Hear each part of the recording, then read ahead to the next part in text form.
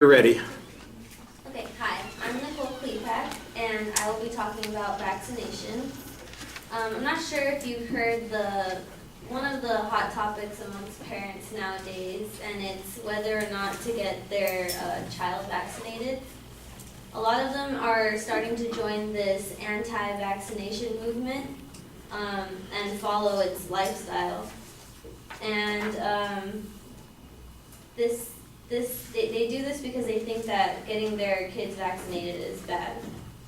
So my major claim is that following or joining this anti-vaccination movement is a mistake.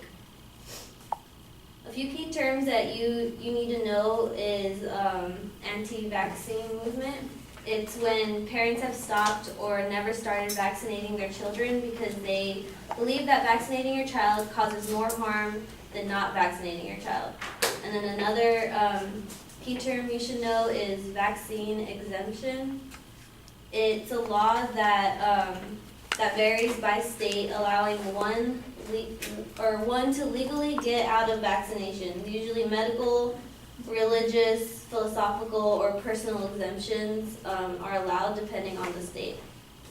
So my secondary claims are anti-vaccination has a negative effect on education.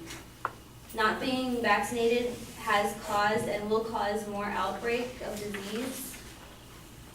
And the anti-vaccination movement is allowing disease that were once uncommon to resurface. So for my first secondary claim, this has, not getting vaccinated has a negative effect on your child's education.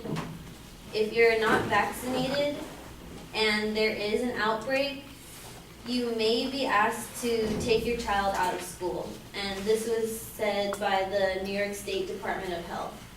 So you're risking not allowing your child to learn. And when children are sick or they miss school, they fall behind and they cause the classrooms to fall behind, which makes the teachers have to spend more time reteaching the class if a lot of students are out. And according to an article in CNN, vaccine exemptions in California schools from 2013 to 2014 was about 18,000. So that's kind of a lot for a lot of people who aren't getting vaccinated. And then in Florida schools, it was only 4,800.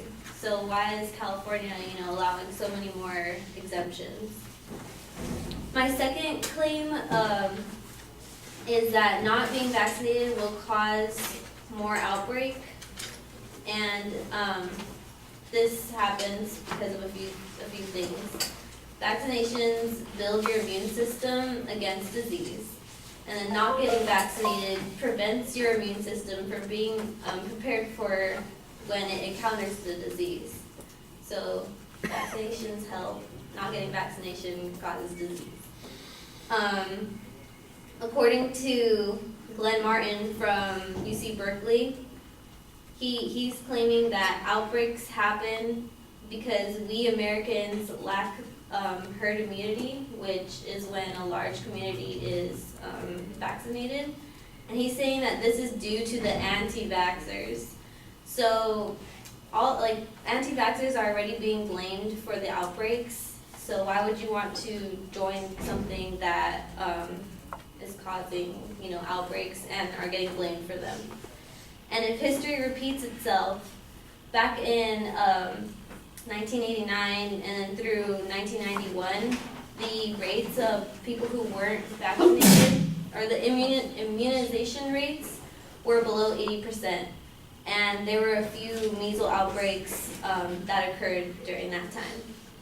So then my third claim is that the anti-vaccination movement is allowing disease to resurface. There's been a lot of cases where whooping cough and the measles have come back, and there's been a lot of outbreaks. You guys remember the Disneyland outbreaks of the measles? That was a pretty big one. And then I have a few stories of families who are going through heartache because they decided not to vaccinate their kids. So there's Brady. He was, his parents decided not to vaccinate him with his booster shots, and he got whooping cough when he was only 9 weeks old, and he passed away. And then there was Jeremiah. His mom decided not to vaccinate him, and at 10 years old he got the measles, and now he doesn't have any hands, and he used to be able to play Xbox, and now he can.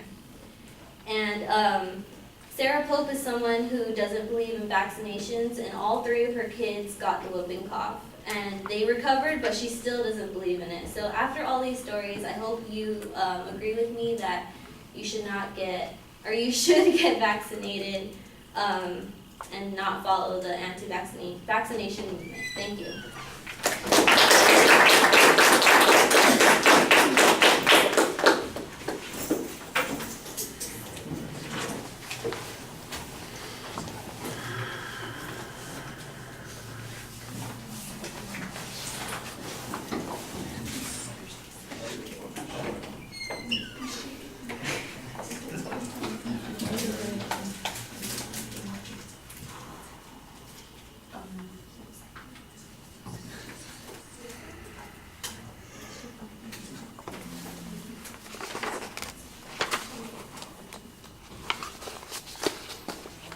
All right, Nicole, you identify the proposition pretty clearly. I do think that you try to explain the controversy in this sort of anti-vax movement. There's not really much data on the anti-vax movement. There's this assumption that there's an anti-vax movement and that that's what's responsible for this outbreak, and I think you need more information.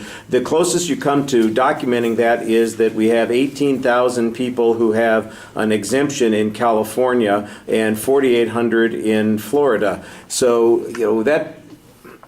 that doesn't sound like much of a movement in a state as big as California. It seems like, I don't know what the student population is or what the population under 18 is, which could potentially be vaccinated, but I imagine that 18,000 would represent a pretty small proportion of that. And we don't even know if those 18,000 are people who are anti-vaxxers or they have some other reason for getting the exemption. It seems like there might be other reasons that exist there. There are, for example, a few medical reasons that occurs. So I think you need a little bit more data to establish the controversy, but you're going in the right direction. I think you try to set up something so that it's not just a sandbagged argument, but instead that makes an argument that suggests that there really is a problem because of the anti-vax folks. Your preview is okay, except that there's not any numerical signposting after the first point in the preview. Now, in the body of the speech, you did do the numerical signposting. It's a little bit clearer there, and that worked out okay. The signposting in the body of the speech was good. For the most part, you explained certain assumptions. There's a couple of places where, for example, you talk about herd immunity, and you say there are too many people who are exempt. And I'm going to go with the hard numbers that you have here. So in California, I don't know. I'm going to make a wild guess about the number of students under the age of 18 that could potentially be vaccinated. Let's suppose that's someplace around 5 to 6 million people in the state of California. It may very well be higher than that. 18,000 aren't vaccinated. How much do you have to have herd immunity? If everybody's vaccinated, you don't have herd immunity anymore. You've got basically nobody is going to get this. Everybody's been vaccinated. But the idea that less than a teeny tiny portion of 1% means that there isn't a herd immunity, I think that's a big presupposition that needs a little bit more background. I did like the quote that you had from the authority who does attempt to link it to the anti-vaccine movement. I think that's pretty effective. You did have a statistic about immunization rates below 80% back in the 80s and 90s, and I thought that was pretty good, although you do need a source on that. And then the question comes up, so what's the immunization rate today that supposedly is a result of the anti-vaccine crusade? Because if it's getting close to 80% again, then I think maybe you've got a legitimate point. But we don't have that kind of number, and I think that that's what's missing from the speech. It's well organized for the most part. The evidence is cited pretty effectively. Like I said, I think there was one place where the information was a little bit ambiguous as to where it came from, but it sounds like it's factual data and some statistical information that you've got there. By the way, there's an obvious answer why California has so many more exemptions than Florida, and I assume that the respondent will pick that out immediately because it's not that complicated to figure out.